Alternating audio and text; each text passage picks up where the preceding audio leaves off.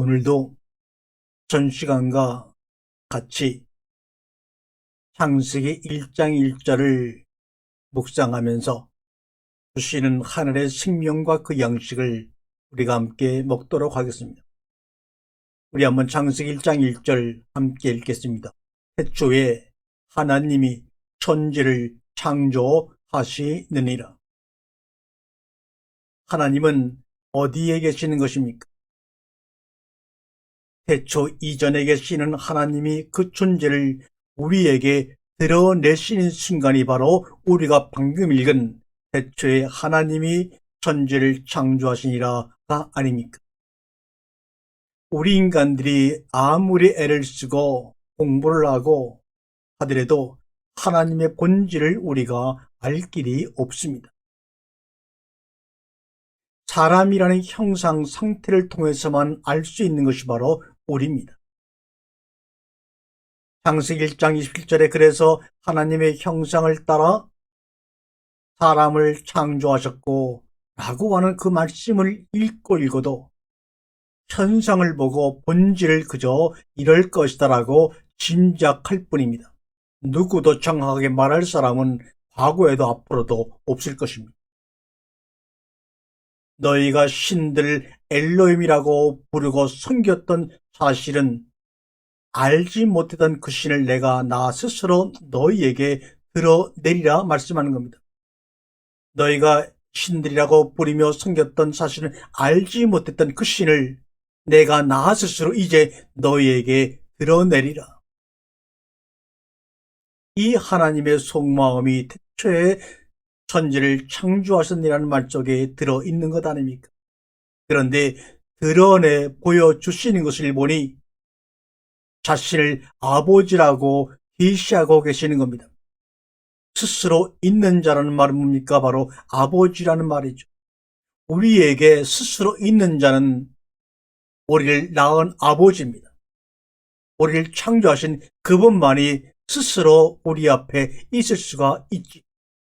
그런데 그 신을 알지 못하는 자들은 그 신을 찾고 찾다가 결국은 자신이 신이 되어버리고 말았던 것이 인간의 역사입니다. 역사학자 유발 하라리는 호모데우스, 다시 말하면 인간은 이미 신이 되어 있다고 그의 책에 기록하고 있습니다. 신이 된 인간 호모데우스. 그래서 예수님은 요한복음 8장 44절에서 바리새인을 향하여 너희는 너희 아비 마귀에서 났으니, 이 말은 무슨 말입니까? 이미 신이 되어버린 인간을 향하여 하시는 말씀입니다. 그 엘로힘이 바로 마귀야 이 말입니다. 사람들이 알고 있는 하나님은 선악 지식의 하나님일 뿐입니다. 아무리 애쓰고 심써도 우리가 알 수 있는 하나님은 선악 지식의 하나님일 뿐입니다. 하나님의 본질에는 무지합니다. 그러니 눈에 보이는 현상에 더 관심을 가질 수밖에 없는 것입니다. 선악 지식의 하나님은 하나님의 궁극은 숫자 무리에 있습니다. 그래서 666이라 하는 것입니다. 금융자본주의는 숫자의 정점에 있는 사상입니다. 그 정점에 비트코인이라는 전자화폐가 요새 새롭게 등장하고 있습니다. 성경 66권을 육감으로 자신의 생각으로만 아는 것이 바로 666입니다. 하나님이 스스로 자신을 우리에게 계시하시기 전까지는 우리는 생명의 하나님을 알 길이 없다는 것입니다. 우리는 성경을 읽으면서 창조의 7째 날 과정을 더듬어 가면서 이런 의문이 다 있었던 것입니다. 왜 인간을 창조하자마자 7째 날로 들어가지 않고 왜 들여보내주시지 않고 라는 말입니다. 첫째 날부터 여섯째 날 거쳐서 들어가게 만드셨을까? 왜? 이 도전적인 질문, 이 질문이 거룩한 질문으로 우리에게 다가와야 합니다. 창세기 1장 1절의 목적은 나를 하나님의 형상으로 창조하시기 위해, 그래서 안식으로 들어가게 하기 위해서 우리에게 주시는 말씀이라는 것을 여러분 느끼시길 바랍니다. 안식이라고 하는 것은 다른 것이 아닙니다. 자유롭게 편하게 내 욕망대로 내 욕구대로 쉬는 것이 아닙니다. 안식이란 바로 그분과 하나됨입니다. 이게 하나님은 사랑이시다라고 하는 말의 정의입니다.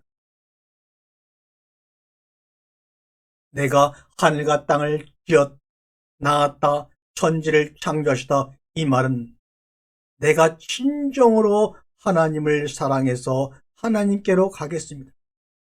주님 진정 사랑합니다. 주님 만나고 싶습니다 하는 순간부터 나에게 천지가 열리는 것입니다. 나만을 위해, 당신만을 위해 천지가 그 속에서 열어지기 시작합니다. 창조되기 시작합니다. 하늘과 땅이 십자가로 하나가 되는 것입니다. 그게 바로 창조입니다. 십자가의 과정을 거치 아니하고는 하늘과 땅이 하나가 되는 그 창조의 역사가 나의 삶을 통해 일어날 수가 없는 것입니다. 바로 천지 창조는 하나님의 형상을 회복한 나와의 관계 속에서만이 의미가 있는 것입니다. 창조의 6일은 출애굽 여정 40년과 같습니다. 가나안 땅은 7째 날이라는 상징적인 의미입니다. 나만을 위해, 나라는 존재를 위해서 천지를 창조하신 하나님, 이게 바로 창세기 1장 1절을 깨달은 자들의 감격과 환희였습니다. 그런 자들은 눈에 보이는 모든 것을 다 버리고 그 안에 안기기를 원했습니다. 하나님과 나, 단 둘만의 사랑을 위해, 하나님과 나와의 열애를 위해. 그러니 창세기 1장 1절에서 인간이 안 깨지면 도대체 어디에서 깨지겠는가?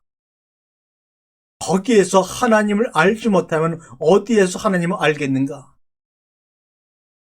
다른 곳에서는 선하게 하나님을 알 수 있을지언정 생명의 하나님, 아버지로서의 하나님은 알 길이 없습니다. 어느 암흑의 목사의 명설교에서 하나님을 알고 깨질까요? 아닙니다. 속지 마세요. 미혹당하지 마세요. 그런데 지금까지 이것을 창세기 1장 1절을 신하다, 단순한 인간을 위한 천지를 만드신 이야기야, 그렇게 믿자, 이 정도 아니었던가요? 그러니 당연히 그냥 단순히 믿어주는 것으로 넘어갔습니다. 또 믿는 것처럼 넘어갔습니다. 그러니 아무리 나는 사랑해야 하는 하나님의 마음을 알 길이 있을 수 없었고, 하나님의 본질을 모르니 내가 만든 선하게 하나님이 내 속에 하나님으로 자리 잡아서 결국은 내가 하나님이 되고 말았던 것입니다. 창세기 1장 1절에서 우리 모두는 10계명의 1계명 나 외에 다른 신을 섬기지 말라, 2계명 너희를 위하여 새긴 우상을 만들지 마라, 3계명 여호와의 이름을 망령되이 부르지 말라. 여기서는 엘로힘이 아닌 분명히 여호와라고 말씀하고 계십니다. 4계명 안식일을 기억하여 거룩히 지키라 를 이미 어길 수밖에 없게 되어 버렸습니다. 우리들의 현 상태가 바로 말입니다. 그러니 나머지 뒤의 계명은 자동적으로 어길 수밖에 없습니다. 순종할 수가 없는 겁니다.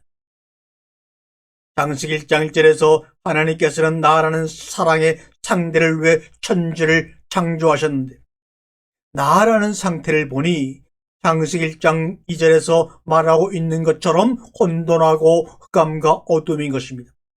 여기가 안식인 줄 알았더니 안식으로 들어간 게 아니었습니다. 보이는 현상을 보니 이것 아니네, 그럼 본질로 가자, 이 말입니다. 현상에서 본질로 가자고 하는 열망이, 사모함이 생기기 시작하는 겁니다. 그러자 하나님께서 그에게 빛이 있으라 빛을 비춰 주셨습니다. 이것을 첫째 날이라고 하는 것입니다. 빛이 비치자 현상소 본질로 가는 길이 보이기 시작합니다. 시공의 차원에서 시공의 차원을 벗어난 길이 보이기 시작하는 겁니다. 이것이 생명의 길이었고 진리였던 것입니다. 수천 년을 찾아 헤매던, 그런데 그 길을 보니 너무나 좁고 협잡하여 어떤 인간의 철학이나 지식이나 문명이나 경험으로도 볼 수가 없었는데, 세상 어떤 빛으로도 안 보이는데, 그런데 하나님이 빛이 있으라 하시자 그 좁고 협잡하여 안 보이던 그 길이 드디어 보이기 시작하는 거예요. 하나님이 우리를 이렇게 만들어 가세요. 간절히 원하고 사모하시면요, 선악으로는 절대로 알 수 없는 그 길을 말이죠. 선악의 기준이 뭡니까? 다른 것 아닙니다. 나지요, 나. 또한 숫자 아닙니까? 그 길은 수치 경험, 계산으로는 알 수 없는 길입니다. 하나님과의 경험과 누림을 통해서만이 알 수 있는 길입니다. 경험한 사람은 수치 계산이 필요 없어요. 하나님이 빛을 보시기에 좋았다라고 하신 이유가 무엇일까요? 단순히 그 빛 자체가 좋아서 보시기에 좋았다라 하신 것은 아니지요. 그 빛을 통해서 좁은 길을 발견하고 가고 있는 나라고 하는, 여러분이라고 하는 존재가 너무나 사랑스럽고 좋았던 것을 그렇게 빛이 보시기에 좋았다라고 하신 것입니다. 창조 첫날의 빛마저 나와 관계가 없는 빛은 하나님께 의미가 없고 보시기에 좋을 수가 없는 것입니다. 그게 바로 창조된 나와 너 하나입니다. 첫날 빛이 들어와 내 안에 있는 선악이 보이기 시작하는 겁니다. 그래서 어떻게 보면 좁고 처잡한 길은 내 안에 있는 선악일지도 모릅니다. 그게 바로 내 마음속의 마귀이기도 한 것이죠. 아멘.